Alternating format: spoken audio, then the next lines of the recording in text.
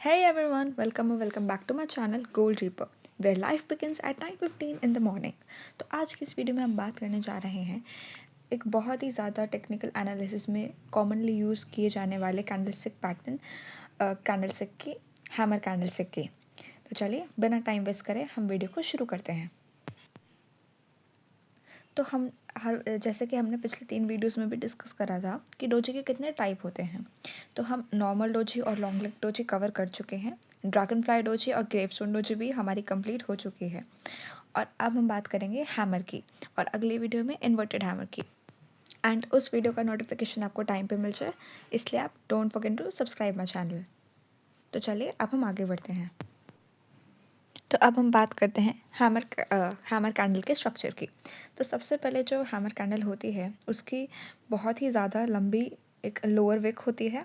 And जो उसकी body होती है वो उसके सिर्फ 1/3 हिस्से को कवर करती है पूरी कैंडल के। मतलब कि अगर हम कैंडल के 3 पार्ट्स करेंगे तो 2 पार्ट्स विक के पास होंगे और सिर्फ एक ही पार्ट बॉडी के पास होगा।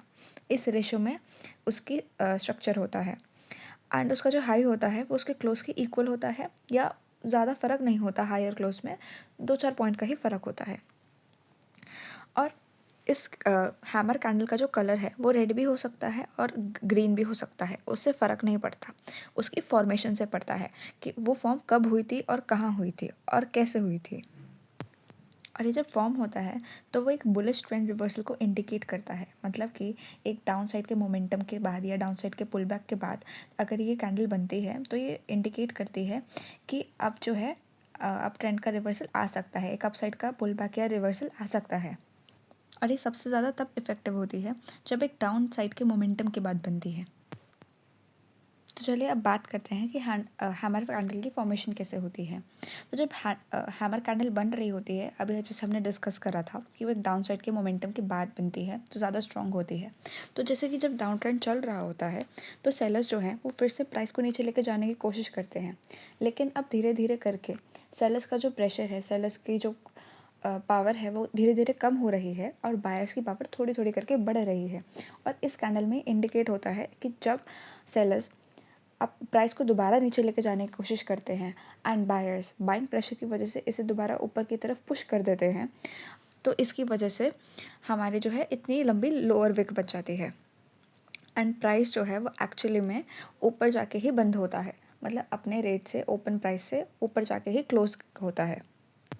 और ये भी इंडिकेट करती है कि अब जो है वो बायर्स धीरे धीरे करके मोमेंटम में आ रहे हैं। और अगर इसकी जो नेक्स्ट कैंडल फॉर्म होगी हैमर कैंडल के बाद, जो इसकी नेक्स्ट कैंडल बनती है वो अगर इसके हाई के ऊपर जाके क्लोज कर देती है तो ये एक और अच्छा इंडिकेशन होता है प्राइस में रिवर्सल आने का। तो चलिए अब हम इसके कुछ एग्जांपल्स देखते हैं। तो जैसे कि हम स्क्रीन पे देख सकते हैं कि यहाँ पे एक रेड कलर की हैमर कैंडल फॉर्म हुई है। लेकिन हमेशा याद रखें, ज़रूरी नहीं है कि जैसा हम पढ़ते हैं या जैसा हम देखते हैं उसी तरह से जो कैंडल है उस वो फॉर्म हो। थोड़ा बहुत ऊपर नीचे प्राइस की वजह से उसमें फ़र्क आ सकता है उसकी फॉर्मेशन में, लेकिन जो उसका सिग्निफिकेंस है, उसकी जो इम्पोर्टेंस है वो उतनी ही रहेगी। तो अब जैसा कि हम यहाँ पे देख सकते हैं ये जो रेड कलर की हमारी हैमर कैंडल फॉर्म हुई है, इस कैंडल के फॉर्म होने के बाद जब प्राइस ने अगली कैंडल ने इसके हाई के ऊपर जाके एक अच्छी क्लोजिंग दी है, एक अच्छे मोमेंटम के साथ क्लोजिंग दी है, तो हमें कितना अच्छा रिवर्सल देखने को मिला है। तो चलिए अब हम इसका एक और एग्जांपल देखते हैं। अब यहाँ पे भी देखिए, अब इसकी जो विक है वो कितनी लंबी है और बॉडी जो है कितनी छोटी है, तो इसका जो रेशो होगा वो हैमर कैंडल के हिसाब से ही निकलेगा। तो इसलिए इसकी फॉर्मेशन में थोड़ा थोड़ा फ़र्क आ सकता है। जैसे कि अभी बताया था वो प्राइस पे भी डिपेंड करता है, प्राइस के बिहेवियर पे भी डिपेंड करता है, लेकिन इसका जो इम्पोर्टेंस है वो कम नहीं होती है। और फिर जब अगली कैंडल ने इसके हाई के ऊपर जाके क्लोजिंग दी थी तो इसके बाद हमें कितना अच्छा रिवर्सल देखने को मिला था। और फिर ये भी देखिए कि ये सारे कैंडलस्टिक पैटर्न्स, चार्ट पैटर्न्स, किसी भी तरह का इंडिकेटर चाहे वो कोई सा भी हो, हमेशा प्राइस बिहेवियर के साथ कंबाइन होकर ही अच्छे रिजल्ट्स दे सकता है। अगर और इसीलिए हमें प्राइस का बिहेवियर समझना बहुत ज़्यादा ज़रूरी है। और ये बात मैं हर वीडियो में बताती हूँ कि हमें प्राइस का बिहेवियर समझना बहुत ज़रूरी है।